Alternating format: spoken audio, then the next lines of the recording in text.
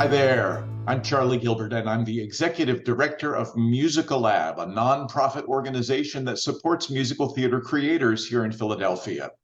On Monday, June 26, Musicalab will present a showcase featuring work by 7 writing teams from Philly. Over the past few days, I've spoken on Zoom with each of our writing teams about their shows, and in this video, I'll share one of those conversations with you. If you love musical theater, you'll want to join us at the Proscenium Theater at the Drake in Center City, Philadelphia on Monday, June 26th at 7 p.m. to check out the amazing work being created by these writers. I also encourage you to support Musicalab by clicking on the link in the comments and donating to our GoFundMe campaign. Thanks for your support. All right, here's the video. It's off. I am here with Arden, Kass, and Linda Dowdell, and they are the creators of the musical Titillation. That's one of the musicals that's in the June 26th Musicalab showcase. Thanks you both for being here with me today. It's a great opportunity. Thanks, Charlie. Right. Well, so Titillation is the name of your musical, and it's a titillating title. What's the subject of your musical? Arden, this started out as a play of yours, didn't it?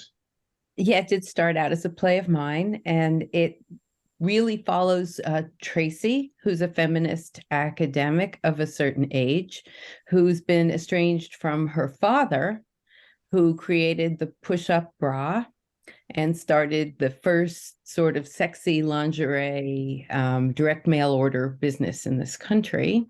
So she's an only child. Her father has died, and just come home after 20 years and somehow helped to manage his funeral and tell his story to the rabbi who's going to be officiating in a way that she can live with it after she tells it. Only to find out that he has left her the entire business. So is this an original story, or was it inspired by real life? No, it's an original story. It was inspired by an article that I read, and I think People magazine from the 1970s about the guy who created Fredericks of Hollywood. And he was in the interview, he was being interviewed with his daughter about the time she spent working for him. And then it said, and then she didn't anymore. And then I got to wondering, well, why didn't she? Well, and that's so much interesting art kind of emerges from that wondering, right? Where you see a character or a situation, and you start to think about, well, what if, or what's going on beneath the surface of that. So obviously, it caught your attention at some point. And Linda, when did you begin working on this project with Arden?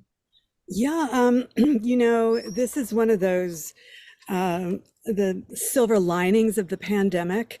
I moved from the center of Manhattan out here to, I call it beyond Seattle, about 14 years ago. And there's not a lot of musical theater development out here. But as a member of the BMI Musical Theater Workshop, Arden presented just a short presentation about this project and I was virtually present at that presentation. So I got in touch with her, and I think that must have been in 2021. We've been working on this for a little less than 2 years, I think. And how's it going? Do you have a completed draft at this point, or a full work? Full Act 1. That we have not yet heard. We were going to have a reading of it in New York in December, and I flew back. We had organized, it's so hard to get rehearsal space and cast and, everything to kind of hook up. And I mean that. And I flew to New York and immediately got COVID. So we had to cancel it. So, however, we're going to repeat that in a way in Seattle in the end of July. So we're very excited about that.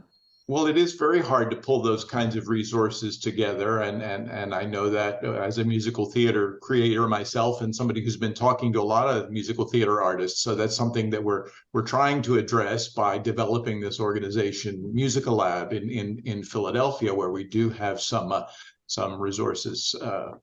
Arden, let me ask you, why are you writing this story as a musical? What is it about it that seems to want to be to sing?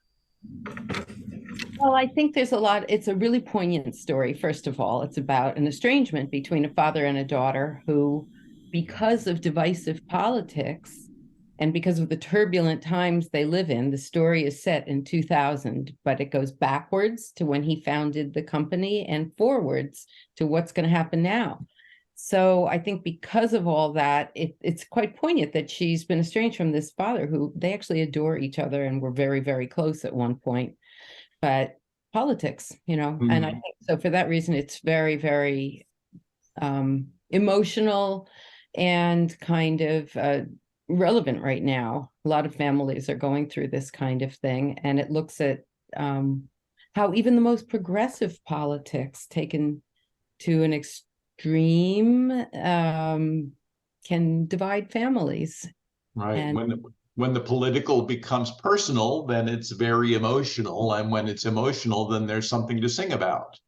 exactly, when there's intolerance, there's plenty to sing about it, But it's also funny. At least the bits that I've read also have a great deal of personality and humor to it. And there again, that seems to really the subject really lends itself to musicalization because of the humor in it.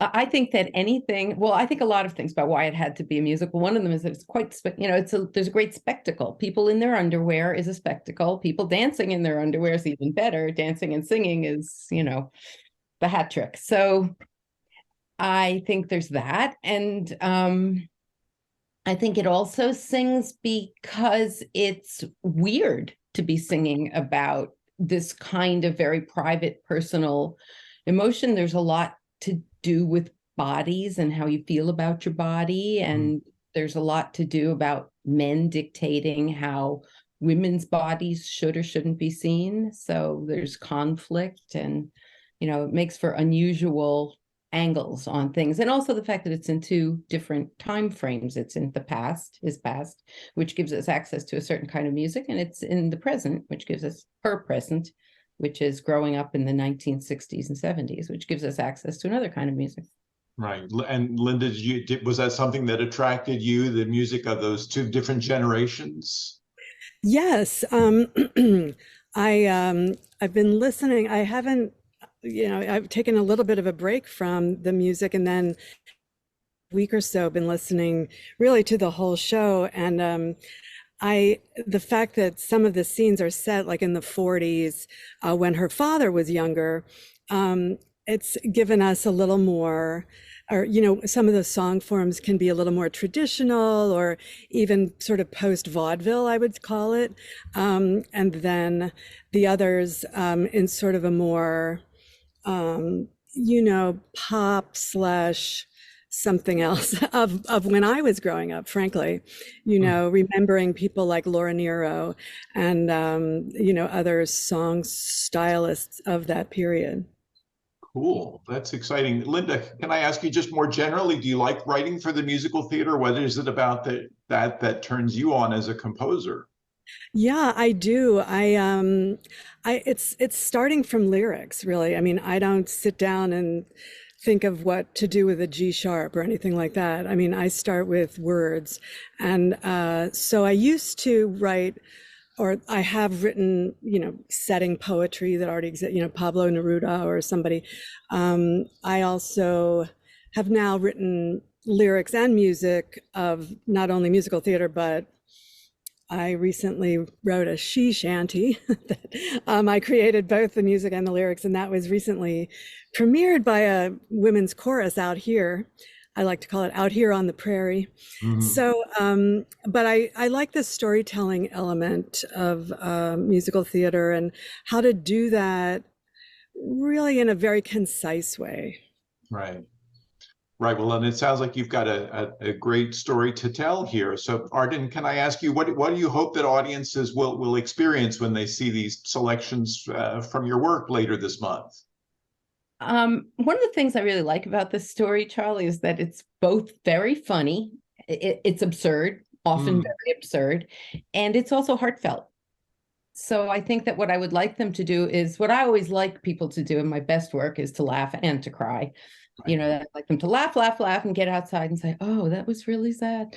So I think that's kind of the thing we're going to have going on here. We have one of the fun, silly songs. We have probably the worst love song anyone ever sang to anyone else. And we have, you know, a really heartfelt song, a real cri de coeur kind of a song.